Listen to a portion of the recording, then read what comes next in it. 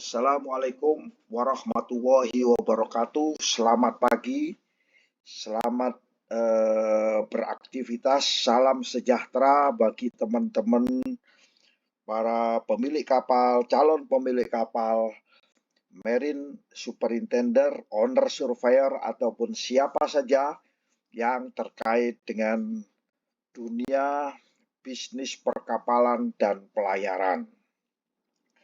Kali ini saya kembali berbagi perihal suatu kegiatan namanya membeli kapal, yang mana diawali dengan suatu kegiatan pre-purchase atau kegiatan sebelum membeli kapal dengan memeriksa. Nah, lebih spesifik saya saat ini berbagi tentang bagaimana cara melakukan pemeriksaan sertifikat kapal saat kita akan membeli suatu kapal atau dikenal dengan pre-purchase survey. Kawan-kawan semua,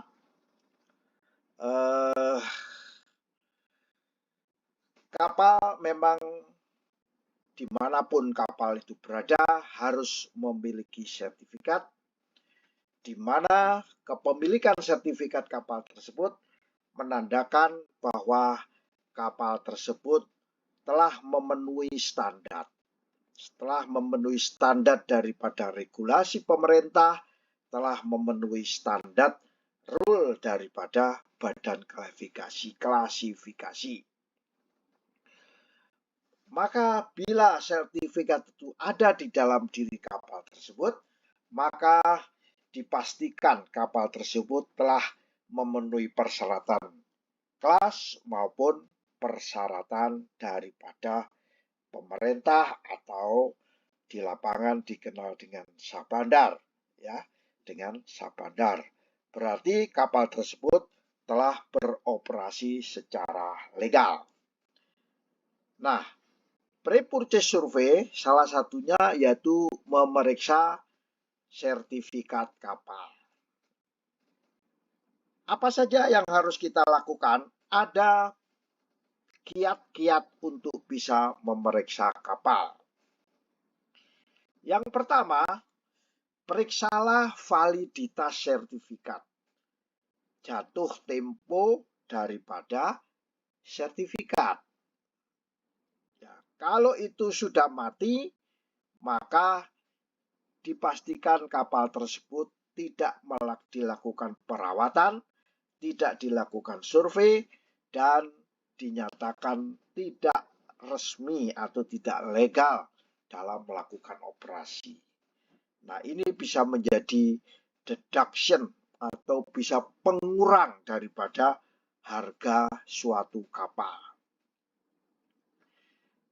Karena di dalam sertifikat tersebut, di bagian bawah atau di dalam suatu sertifikat, itu ada masa berlaku sertifikat. Itu adalah kiat nomor 1. Lalu kiat nomor 2 apa? Kiat nomor 2 adalah kesesuaian dengan standar. Apa itu kesesuaian dengan standar? Standar ada 2 dari government, yaitu sebagai government organization, yaitu diterbitkan oleh flag state dan diperiksa oleh port state, diperiksa oleh sabandar. Ya. Jadi pemerintah pasti mengeluarkan satu regulasi, dan regulasi tersebut harus dipenuhi oleh kapal. Bila regulasi tidak dipenuhi oleh kapal, maka kita pasti bisa memastikan bahwa kapal tersebut setelah kita verifikasi tidak memenuhi standar. Yang kedua, yaitu dari NGO kelas, misalnya Badan Klasifikasi BKI, kalau tidak memenuhi kelas, maka sertifikat kapal tersebut tidak memenuhi atau tidak dipenuhi, ada catatan-catatan, ada visa di baliknya, yang mana belum dijalankan oleh kapal tersebut, maka kapal tersebut dinyatakan tidak sesuai dengan standar. Tidak hanya sekedar konstruksi, juga tentang kelayakan lainnya, misalnya mesin dan lain sebagainya. Itu adalah kiat nomor 2. Lalu kiat nomor 3 adalah sertifikat yang diperlukan untuk jenis-jenis kapal tertentu. Misalnya jenis kapal feri, jenis kapal tanker, dan lain sebagainya. Memeriksa keberadaan daripada sertifikat dan keabsahan sertifikat yang diperlukan. Sebagai contoh yang umum itu selalu kita memenuhi 10 mandatory instrumen. Misalnya ada SOLAS, MARPOL, LOTLAN, STCW, International Tonnage Call Reg, dan lain sebagainya, termasuk anti-fouling. Nah, lebih spesifik lagi, setiap mandatory instrumen tadi akan mengeluarkan satu sertifikat. Nah, sertifikat tersebutlah yang kita harus tanyakan kepada penjual kapal, ya. Sertifikat keselamatannya bagaimana, sertifikat cargo safety construction-nya apakah, safety equipment, safety radio, passenger safety, sertifikat kelasnya mana, sertifikat kelas lambung mana, sertifikat kelas mesin mana, dan dokumen-dokumen lain misalnya, contohnya misalnya IOPP bagaimana, NLS kalau kapal tanker, IOPP kapal tanker, kapal-kapal gede-gede juga pakai IOPP, kapal sedang pun ukuran 500 GT pakai IOPP. Ada kapal ini membawa ISPP mutu suet ya terkait dengan polusinya, IAPP dan sebagainya. Istilahnya semua dokumen-dokumen. Nah, kalau ingin lebih detail akan bisa dibaca di dalam buku pre-purchase survey, ya. Bisa hubungi di dalam deskripsi di bawah ini. Yang nomor 4 yaitu registrasi kapal.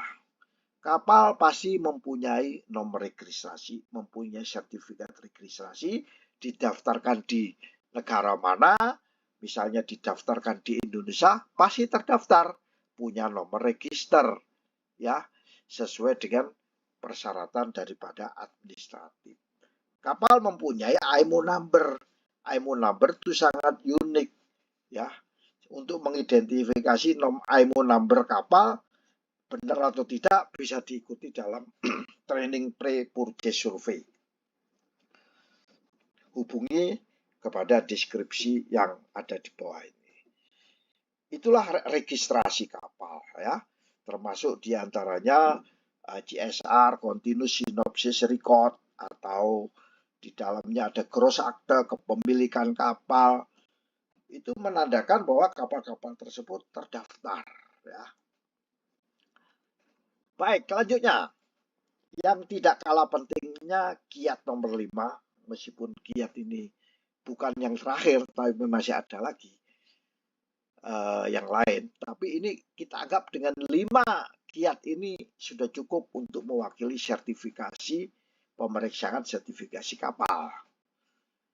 Kita harus melihat rekam jejak daripada perawatan kapal tersebut. Cari plan maintenance sistemnya, bagaimana perawatan sebelumnya, bagaimana engine logbook, bagaimana deck logbook. Semuanya kita periksa untuk memastikan bahwa kapal itu dilakukan perawatan dengan baik, perbaikan dengan baik, sehingga memenuhi satu standar. Ya. Itulah kira-kira kawan-kawan semua, pemeriksaan sertifikat kapal itu penting saat kita melakukan pre-purchase survey, di mana untuk kepentingan kepatuhan kapal tersebut terhadap peraturan maritim, peraturan negara, ya, peraturan kelas. Dan pemeriksaan ini merupakan aspek yang sangat kritis untuk menjaga, melindungi pembeli kapal, melindungi kapal sendiri dari keselamatan, dan rasa kewas-wasan dalam membeli suatu kapal. Demikianlah kira-kira 5 sharing singkat kiat untuk melakukan pre-purchase survey terkait dengan pemeriksaan sertifikat kapal. Semoga sharing yang bermanfaat ini bisa bermanfaat bagi kita semua. Selamat pagi. Wassalamualaikum warahmatullahi wabarakatuh.